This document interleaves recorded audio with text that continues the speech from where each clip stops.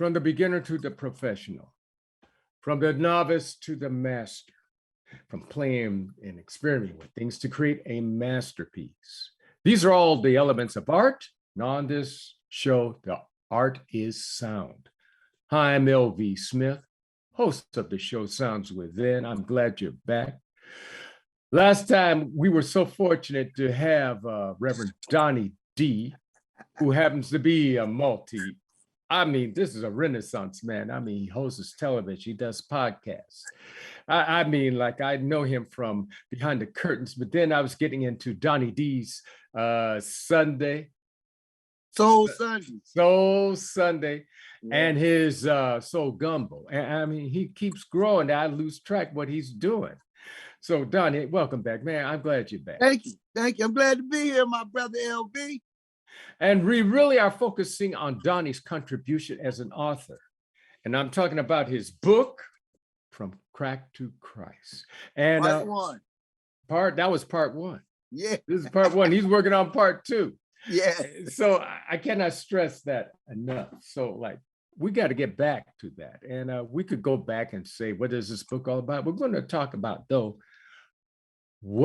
how does From Crack to Christ part one translate in what you're doing today?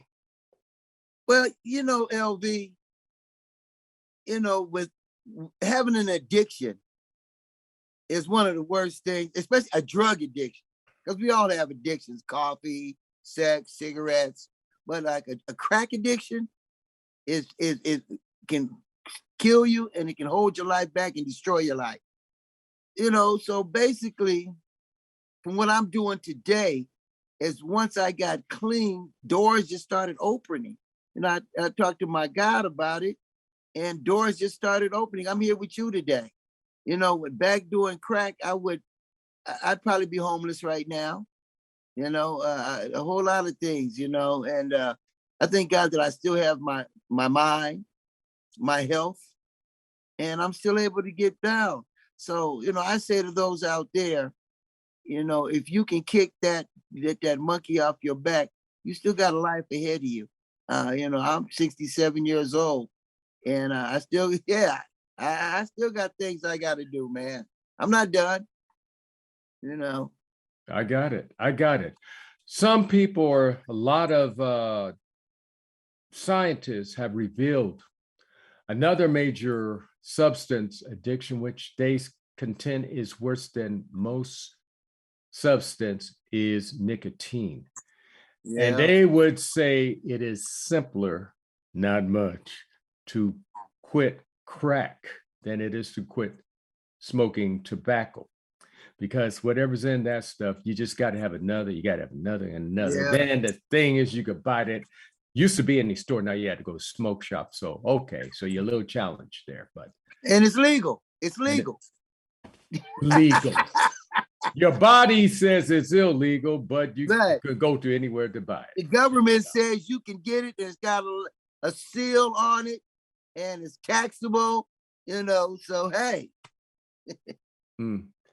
So, yeah. So you brought the subject of addiction. Now, I have my addiction. My addiction mainly is sound. Yeah, so I'm not going to give up that addiction. So no. Don't get that one up. But you see, that addiction that you have, a sound can have you around the house all day with your headphones on, and picking up your guitar, turning up your amp, which is a good thing. I need to be doing that more often, picking up them guitars like you have beautiful guitars you have sitting there behind you. So, hey, that addiction is not going to destroy your health, not going to destroy your mind. It's not going to get you kicked out of your house. So it's a difference. Like I said, it's an addiction. Too many guitars. I ain't giving them up. Okay. Too much time given to the sound instead of spending time with others, remaining significant of others. So that can be addiction. Yeah. And it can get you put out the house. And it can get me put out the house. That's why I'm bringing it to Yeah. you. Amen. So, who are some of the people that you've been working with to help them conquer those addictions, be they psychological, physical, substance, whatever?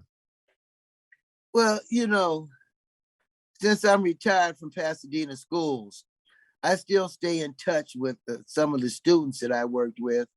And I still work 3 nights a week with some individuals that are adults that still have addictions. They are disabled mentally. And I still, besides just being a caregiver, I try to pass on some information.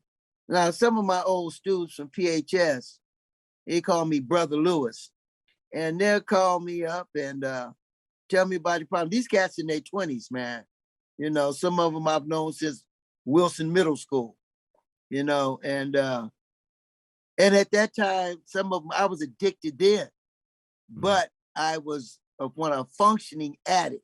Thought I was hiding it from the world, but I would still tell those cats because I know the pain I was going through.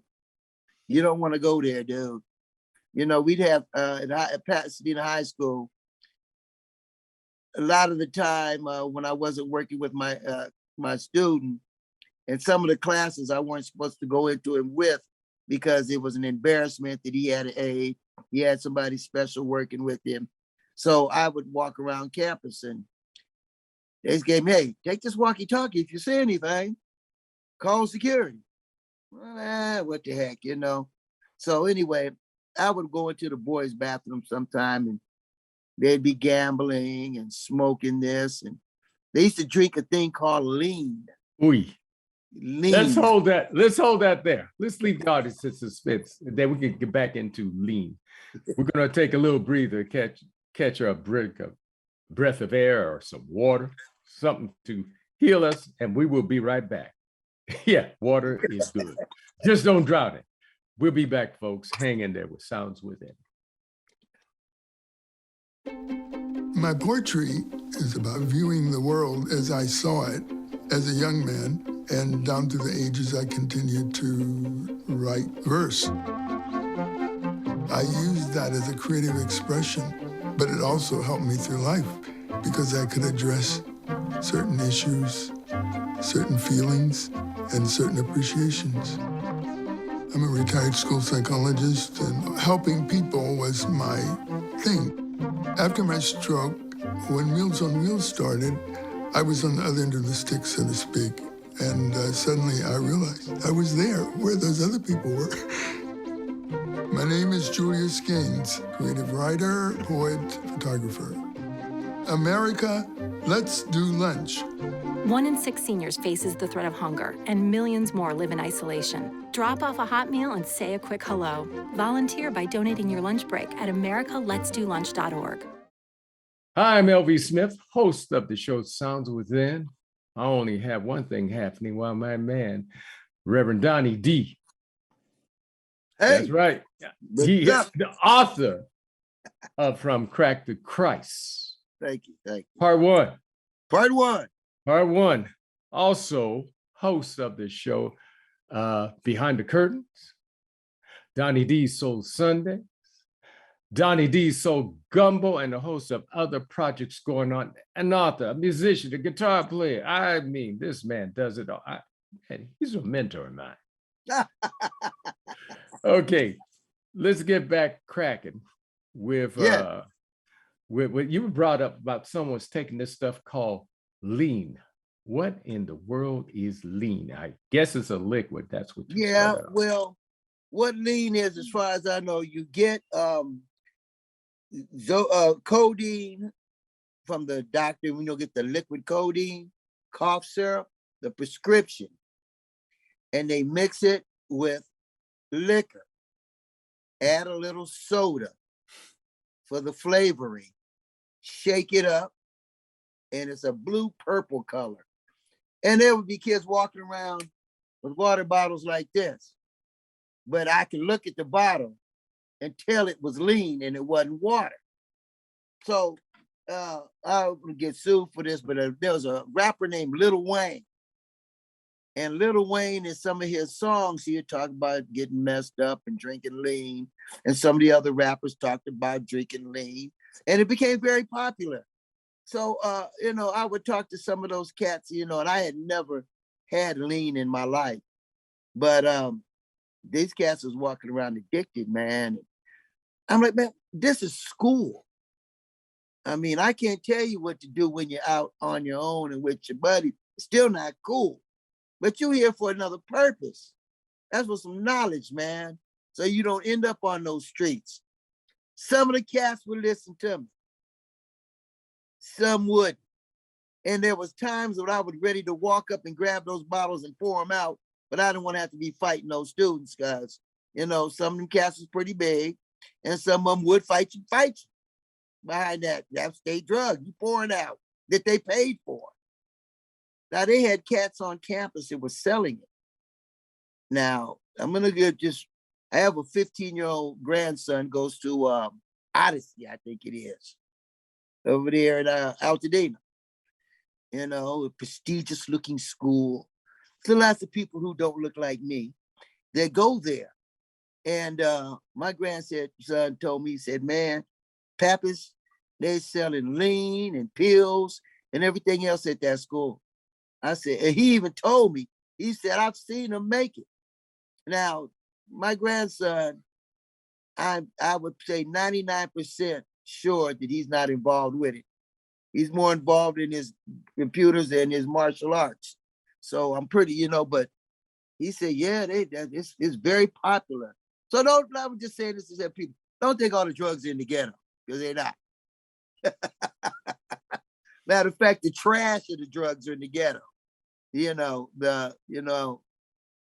Now, just to go back, when we speaking about drugs, one of the clients I work with took his first, one of the clients I have worked with, I'll put it that way, in my lifetime, took his first LSD at the age of 10. You know what I'm saying? And he's far from the ghetto. And he's all screwed up today. After that LSD, then he went to this, to heroin, went to all these other things, man. So, I mean, it's a bad thing. So I try to talk to those cats, man, and let them know it all leads to a dead end street, especially, like nowadays, when I was at PHS, I was clean. I've been clean for 15, maybe 17 years. But, thank you, Frank. But, when I worked at PHS, I saw a lot of things. I saw a girl, there was a group of kids, they called themselves the foster group home kids. They were from different foster homes, and they hung together. And I was there one day after school, and they were hanging out. And this one girl was nodding. She about 15. Next thing I know, she hit the ground, blam. I said, what's wrong with her? Oh, she does heroin. Her 35-year-old boyfriend gives it to her. Yeah.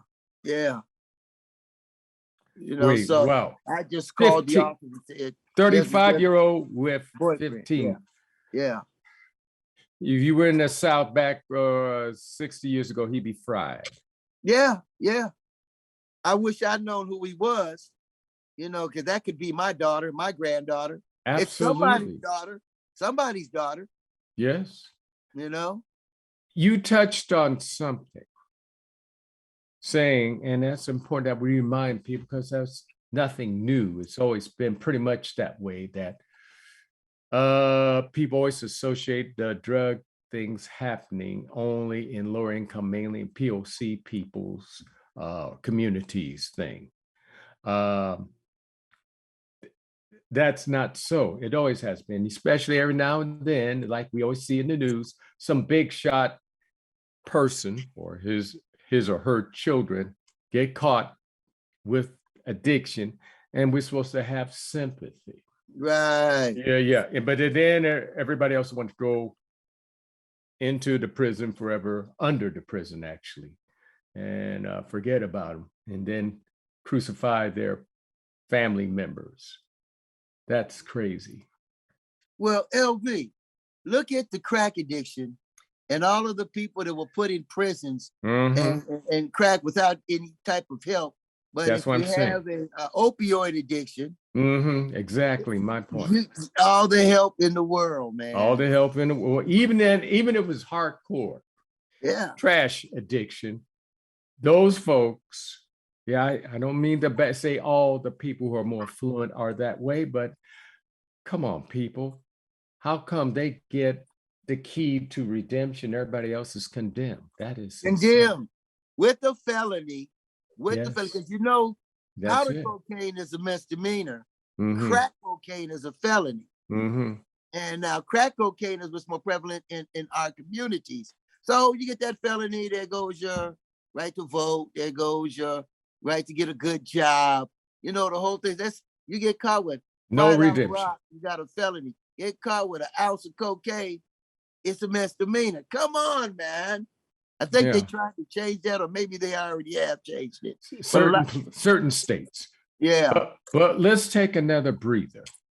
I'm starting to get heat up, and I don't want to stray too far from the important subject. Right. Just from Crack to Christ, Part 1.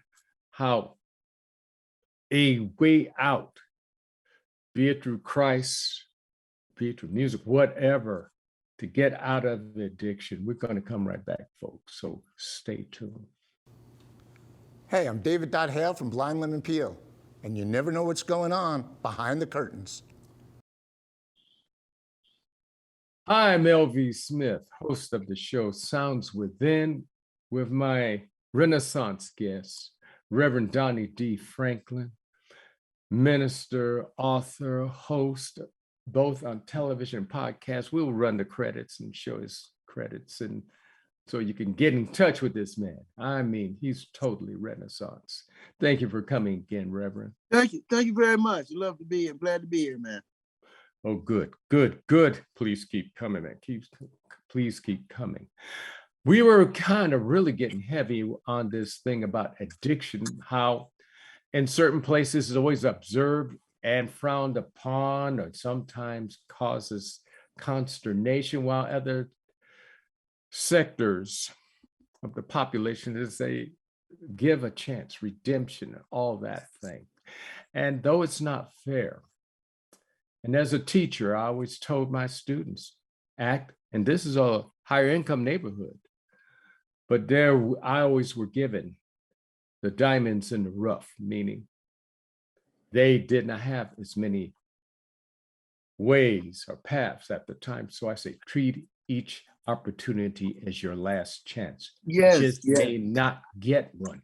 It's not you, it's just the way things are. Yes, it's unfair, but that's the way it is. It is, man. And sadly, I'm talking about kindergartners, I'm telling this to. So, wow. But you were talking about this addiction.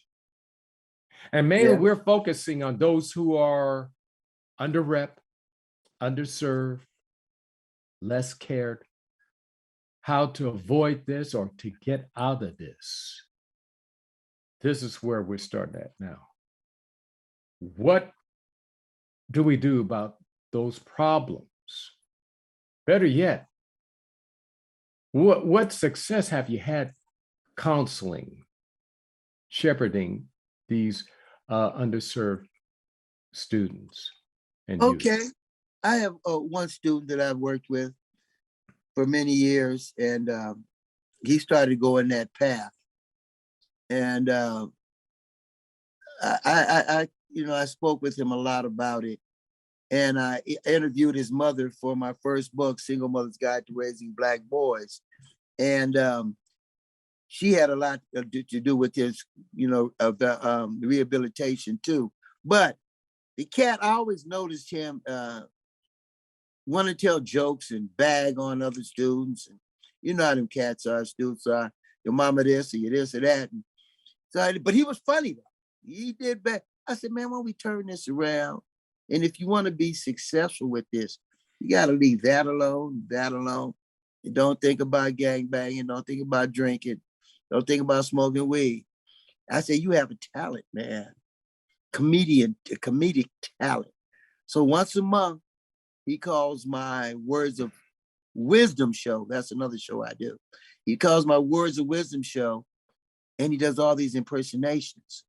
He's Trump, he's Ali, he's Bill. He does a great Bill Cosby.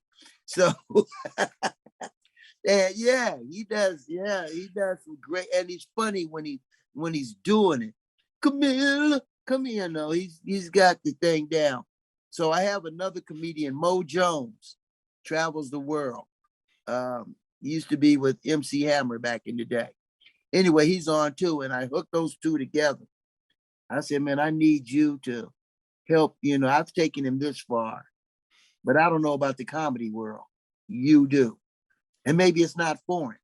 You know, maybe it's not. That's a tough world, show business. But I hooked those two up. And I think he's doing fine. He's got a job. I think he's going to Apple Valley Junior College or Community College. And he's, you know, doing well. He's not out there in the streets. You know, he's not doing any smoking the weed and all that. You know, I'm not with him 24/7, but, you know, talking with his mother that he lives with. And when I talk with him and chat with him, I can tell that I think the guy's clean. Yeah. He's feeling good by himself. Yeah, you know, and he loves to call in and do his little personality. That's his high, I think, you know, and everybody, except that he's so good. One time he was doing a Trump supporter. Man, had people call up, want to cuss him out.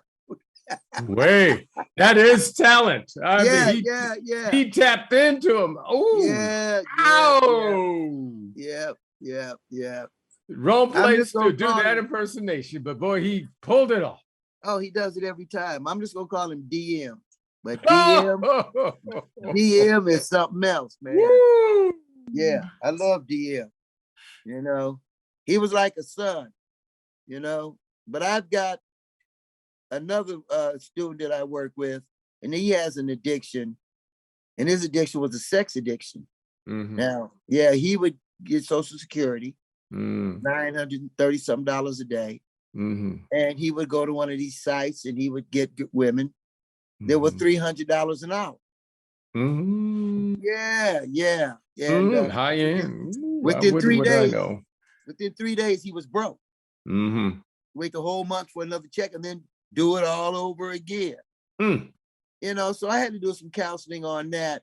And some of the stuff I had to tell her we can't talk about right here. But he got off for doing that. He don't do that no more. Wow. So $300 an hour, man. Are you rich? First of all, you shouldn't be messing around like that. It was rich man's prices. Yeah. Or whatever, addiction prices. Yeah. Now, what was it? Does he attribute kicking that monkey off his back to you, to Christ? What? No, he's not he actually belongs to the Jewish faith. He's a black Jewish guy. Mm-hmm. And so there's no Jesus Christ there. But that's okay. Yeah, but I think that he does give me the props on that. And I'll take credit for it. That's because right. you know, I also told him that stuff is dangerous. So you can get arrested, catch a disease, you can get beat up by somebody's boyfriend or husband. You don't know what you're walking into, because these girls they post on Facebook. Oh Lord. Yeah, it's a whole thing called bed something, and bed post or something it's called, and it's a whole section. You go to it, and it's just the one ads. It's the one ads, and you pick your area, and there's phone numbers, text message telling you what and he would do that. He said, Frank, go look at that, and I'm gonna show you what I'm talking about. I said, man, oh man, $25 on up, $500. No, don't even mess around. I said, find you a girlfriend, man. Get you a girlfriend. Best a friend. Wife. A wife. Best friend. Yeah, somebody. Anyway, I mean, seriously, a best friend that's true. Yeah, that enough is good enough for me. Yeah, addiction. That's addiction now. And it is addiction, and he kicked it. That is great. Yeah. Brother, You're gonna come back again. Promise me you will come back. You got me in 2 weeks, brother. Same time, same place. We'll work it out, man, but you are coming back. So thank you for coming again. Do you have any words of wisdom for today's viewers? Well, I always like to give this words of wisdom is that there's one way to come into this world and there's a million ways to leave it. Mhm. Think about it. Oh, yeah. I like that one. I'm going to keep it. I'm going to keep that one. Well, you're coming back, man. Thank you again.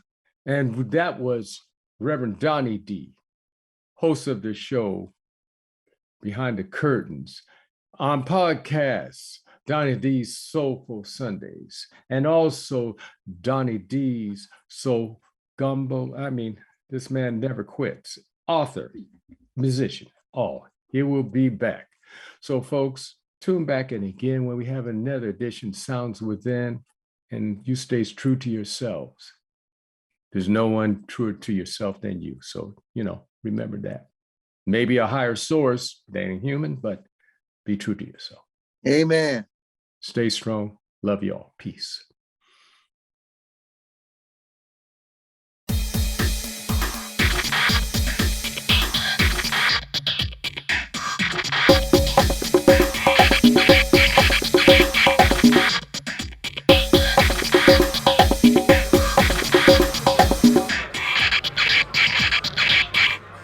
Sound, a group of vibrations, things that can be heard. Sound can influence the way we communicate in the world with others.